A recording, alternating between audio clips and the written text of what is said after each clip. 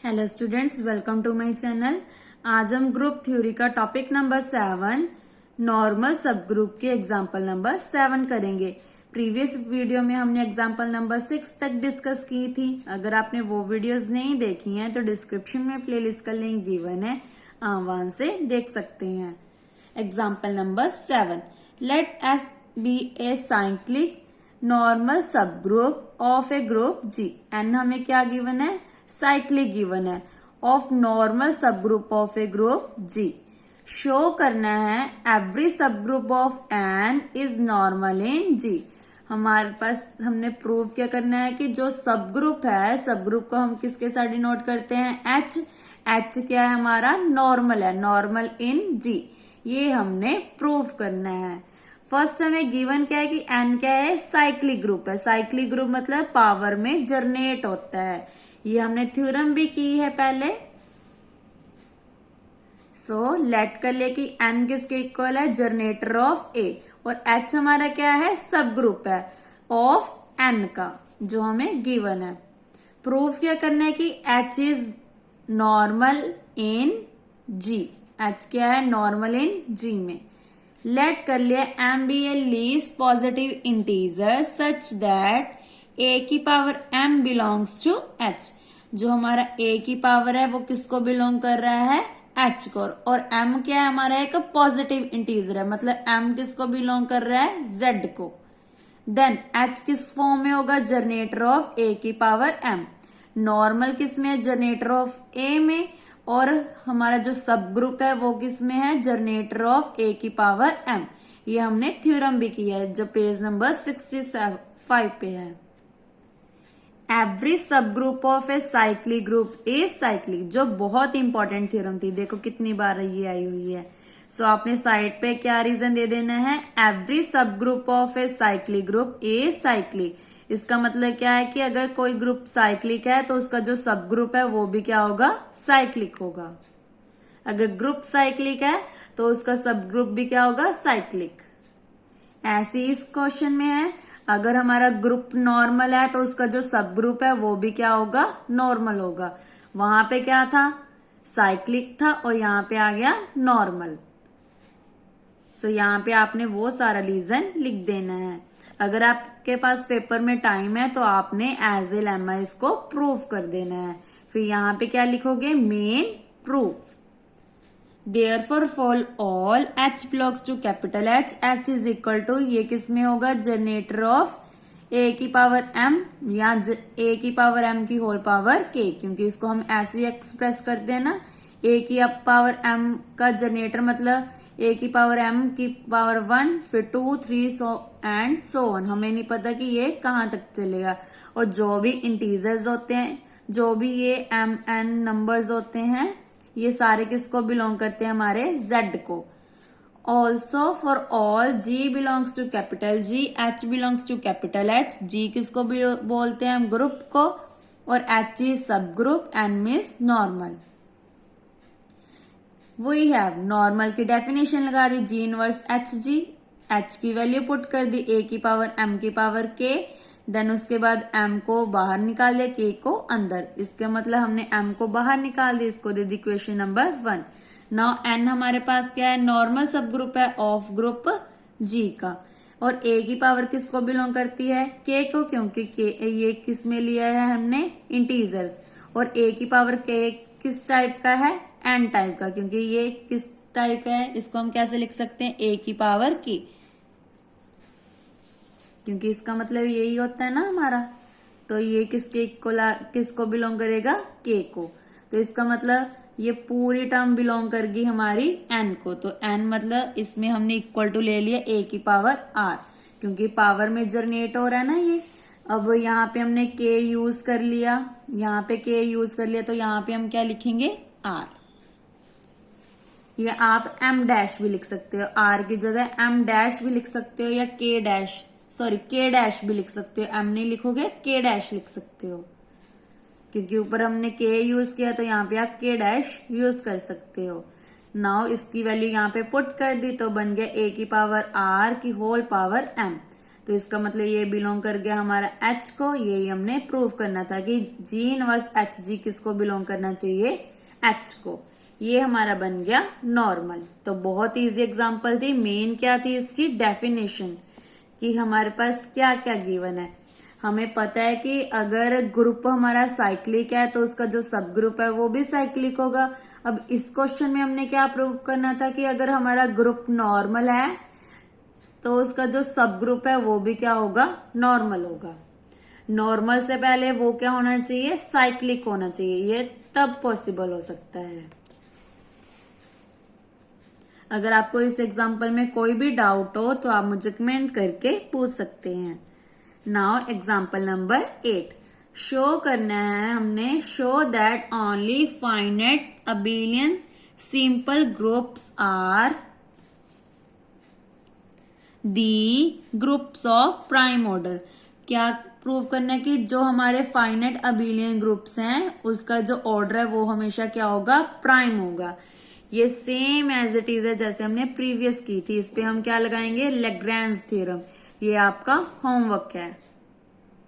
Now example number 9। Example number 9 is very important और ये 6 marks में आपको आ सकती है।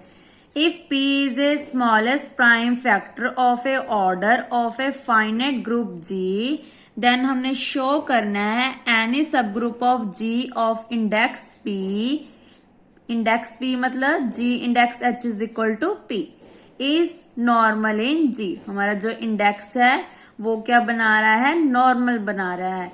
गिवन क्या है कि जो P है वो क्या है, हमारा प्राइम फैक्टर है। प्राइम फैक्टर मतलब जो खुद के टेबल पे आता है, जैसे 2, 3, 5, 7, ये सारे क्या है, हमारे प्राइम नंबर्स हैं। प्राइम फैक्टर्स भी यही होता है हमारा। उसके बाद हमने शो क्या करना है कि हमारा जो इंडेक्स है वो क्या है, नॉर्मल है। नॉर्मल मतलब या तो ये कंडीशन सेटिस्फाई होनी चाहिए, HG is equal to GH for all G belongs to capital G। Second condition क्या थी, अगर नॉर्मल है, नॉर्मल प्रूव करना है तो G इनवर्स HG बिलोंग करना चाहिए हमारा H को। फॉर ऑल जो H है वो किसको बिलोंग करना चाहिए, H को, और G ग्रुप G को बिलोंग करना चाहिए। ये हमारी 2 कंडीशंस हैं जब हमने नॉर्मल प्रूव करना है। ये एग्जाम्पल थोड़ी सी टफ है जिसमें हमने थोड़े से स्टेप्स क्रैम करने हैं। लेट कर लिया जो पहले हमें गिवन है, लेट कर लिया कि हमारा जो G इंडेक्स H है वो किसके इक्वल है, P। P हमारा क्या है, प्राइम फैक्टर है। क्लेम कर लिया, क्लेम मतलब हमने प्रूव करना है कि टारगेट है हमारा if X not belongs to H। अगर X H को नहीं बिलोंग कर रहा देन X की जो पावर में है वो भी H को नहीं बिलोंग करेगी। और I कहां तक वेरी कर रहा है, 1, 2, 3 अप टू P-1। इसमें कितने एलिमेंट्स हैं, P-1। इफ पॉसिबल लेट कर लिया कि X की पावर K, इसमें एक और एलिमेंट ले लिया 1, 2, 3, यहाँ पे K हो सकता है, बिलोंग कर रहा है H को। फॉर सम यहाँ पे जो K है उस पे 1 की इक्वालिटी नहीं है क्योंकि हमने एक एलिमेंट यहां से निकाल लिया। मतलब इसमें कितने एलिमेंट्स रह गए, P-2 एलिमेंट्स रह गए इसमें, क्योंकि हमने एक एलिमेंट यहाँ पे निकाल लिया ना, तो इसलिए 1 पे इक्वालिटी नहीं है। बट ऊपर 1 पे इक्वालिटी आएगी क्योंकि यहाँ पे कितना है, 1, 2, 3 अप टू P-1 टर्म्स, और यहाँ पे एक और टर्म कम होगी, मतलब P-2 टर्म्स रह गई। उसके बाद एक और एलिमेंट ले लिया J। ये जो K, I, J ले रहे हैं ये सारे किसको बिलोंग करेंगे, हमारे इंटीजर्स को। और जो ये है X की पावर J, ये भी किसको बिलोंग कर रहा है, H को। इसका मतलब इसका भी जो फैक्टर है या उसकी जो, ये कहां तक वेरी कर सकता है, 1 से लेकर P-1 तक। और P-1 पे इक्वालिटी है, ये आपने ध्यान रखना है। बस इसमें थोड़ा सा क्रैम करना है, और वैसे भी ये एग्जाम्पल इंपॉर्टेंट है तो इसको आपने अच्छे से समझ लेना है कि क्या क्या स्टेप्स हैं। इसका मतलब क्या है कि लेट कर लिया, यहाँ पे हमने फिर से एक और लाइन याद करनी है। जो X का ऑर्डर है वो क्या है, M, और ग्रुप का ऑर्डर कितना है, N। और यहाँ पे हमने क्या लगाई है, लैग्रेंज थ्योरम। सब ग्रुप का ऑर्डर ग्रुप के ऑर्डर को डिवाइड करता है। ये क्या है हमारी लैग्रेंज थ्योरम। अगर आपने लैग्रेंज थ्योरम नहीं किया है तो प्रीवियस वीडियो में या डिस्क्रिप्शन के लिंक में, वीडियो के नीचे डिस्क्रिप्शन में ने प्लेलिस्ट का लिंक दिया हुआ है, आप वहां से देख सकते हैं लैग्रेंज थ्योरम। और जे कहां तक वेरी कर रहा है, 1 से लेकर पी तक। और पी हमारा क्या है, लीस्ट प्राइम फैक्टर है ऑफ एन का। इसका मतलब हमारा जो देखो, इफ जे एम को डिवाइड कर रहा है और एम एन को डिवाइड कर रहा है, देन जे एन को डिवाइड नहीं कर सकता, क्योंकि ये क्या है हमारा प्राइम फैक्टर है।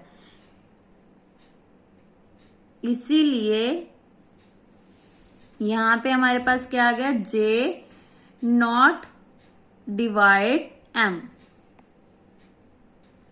एक बार दोबारा देखो कि जे एम को डिवाइड क्यों नहीं कर सकता। अगर ये डिवाइड करता है इसका मतलब एम एन को डिवाइड करता है। अगर जे एम को कर रहा है एम एन को कर रहा है, इसका मतलब क्या है कि जे एन को भी डिवाइड करेगा।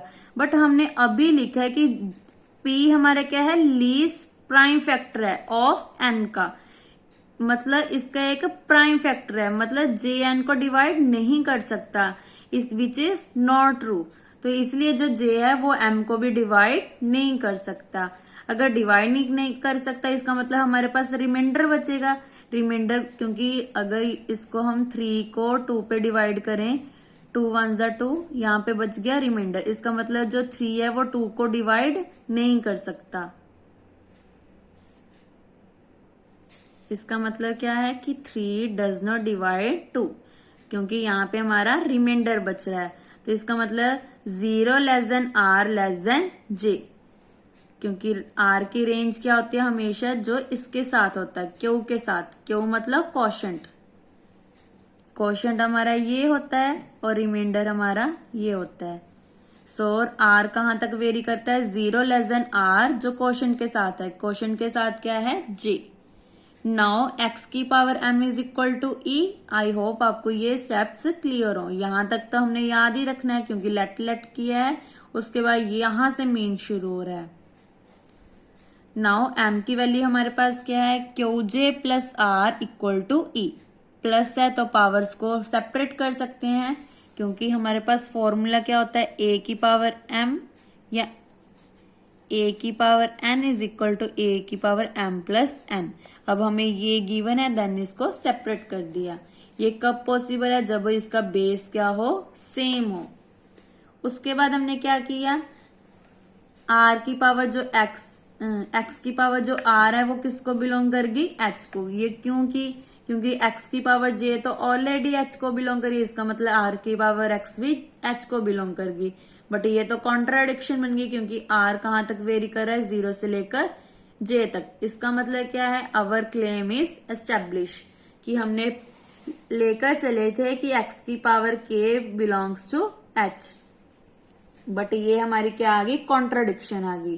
कॉन्ट्राडिक्शन क्यों आ गई, क्योंकि हमारे पास रिमाइंडर बच रहा था। सो हमारा क्लेम क्या था कि if x not belongs to h then x की power i is also not belongs to h।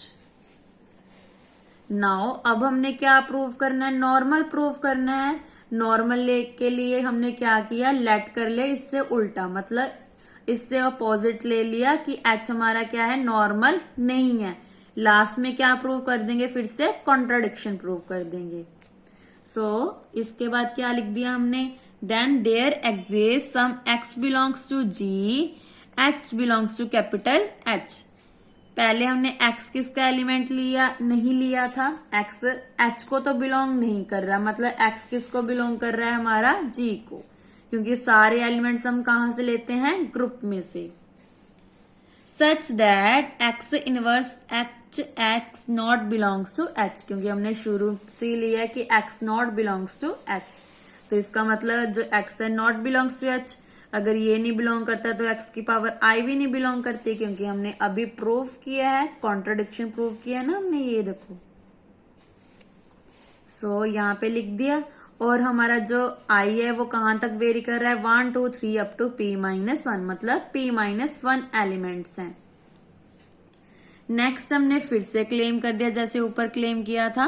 अब फिर से ये टारगेट है हमारा, बस इसमें थोड़े से स्टेप्स हमने क्रैम करने हैं और ये एग्जांपल बहुत इंपॉर्टेंट है, आप इसको स्किप मत करना।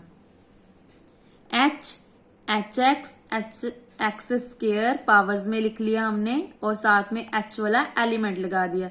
क्या आएगा? एक्स की पावर 1, एक्स की पावर 2, एक्स की पावर p माइनस 1 और यहां से शुरू क्या आ रहा है? एक्स की पावर 0 से शुरू हो रहा है, मतलब इसमें टोटल p एलिमेंट्स हैं और सारे एलिमेंट्स क्या हैं? डिस्टिंक्ट हैं और x राइट साइड चल रहा है, मतलब ये कौन सा है? राइट कोसेट है। उसके बाद हमने ये क्या किया, क्या प्रूव करने की? सारे डिस्टिंक्ट है, मतलब कोई भी इक्वल नहीं है, बट हमने लेके क्या चले कि ये दोनों क्या है? इक्वल है। लास्ट में हम क्या प्रूव कर देंगे? कॉन्ट्रडिक्शन। ये देखो, विच इज नॉट पॉसिबल।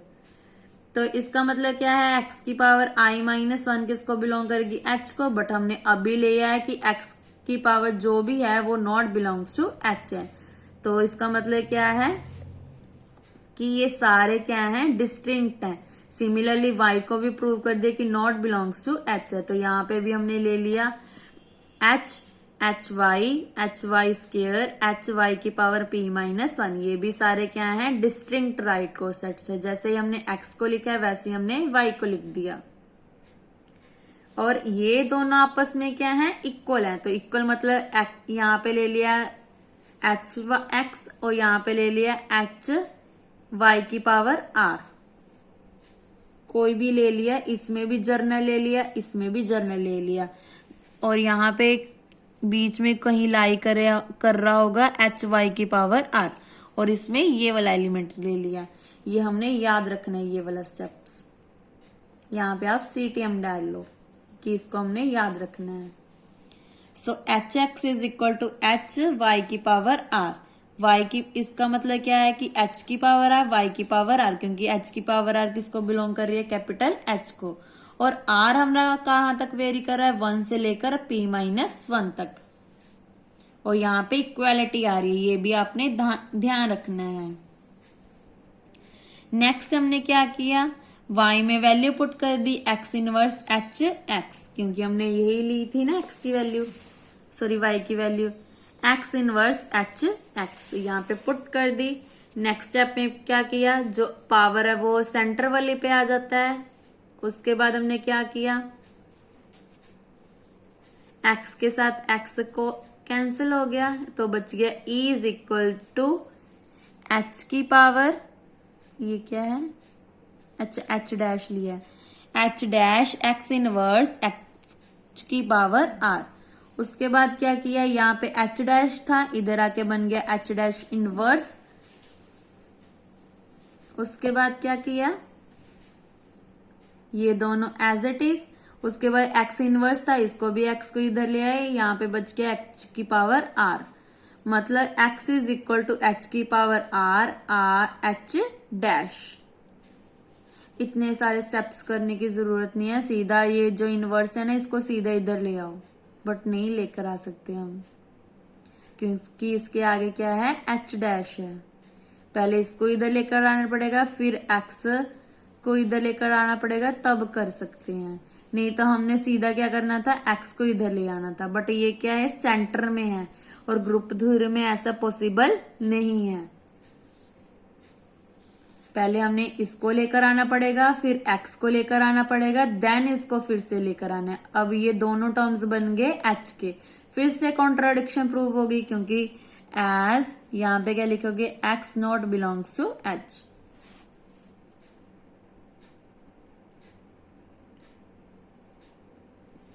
तो ये हमारी बन गई कॉन्ट्राडिक्शन। हम लेके क्या चले थे कि h be not normal, but ये तो कॉन्ट्राडिक्शन होगी, तो इसका मतलब क्या है कि h हमारा क्या है? नॉर्मल। तो इस एग्जाम्पल के थोड़े से स्टेप्स हमने क्रैम करने हैं। आई होप आपको स्टेप्स क्लियर हो गए हो। अगर किसी भी स्टेप में डाउट हो तो आप मुझे कमेंट करके पूछ सकते हैं। नेक्स्ट वीडियो में हम एक्सरसाइज स्टार्ट करेंगे जिसका question number 2, question number 3 and question number 4, question number 7 and question number 11 discuss करेंगे। Thank you. और उसके बाद हमारा लास्ट टॉपिक होगा क्वोशंट ग्रुप। Thank you.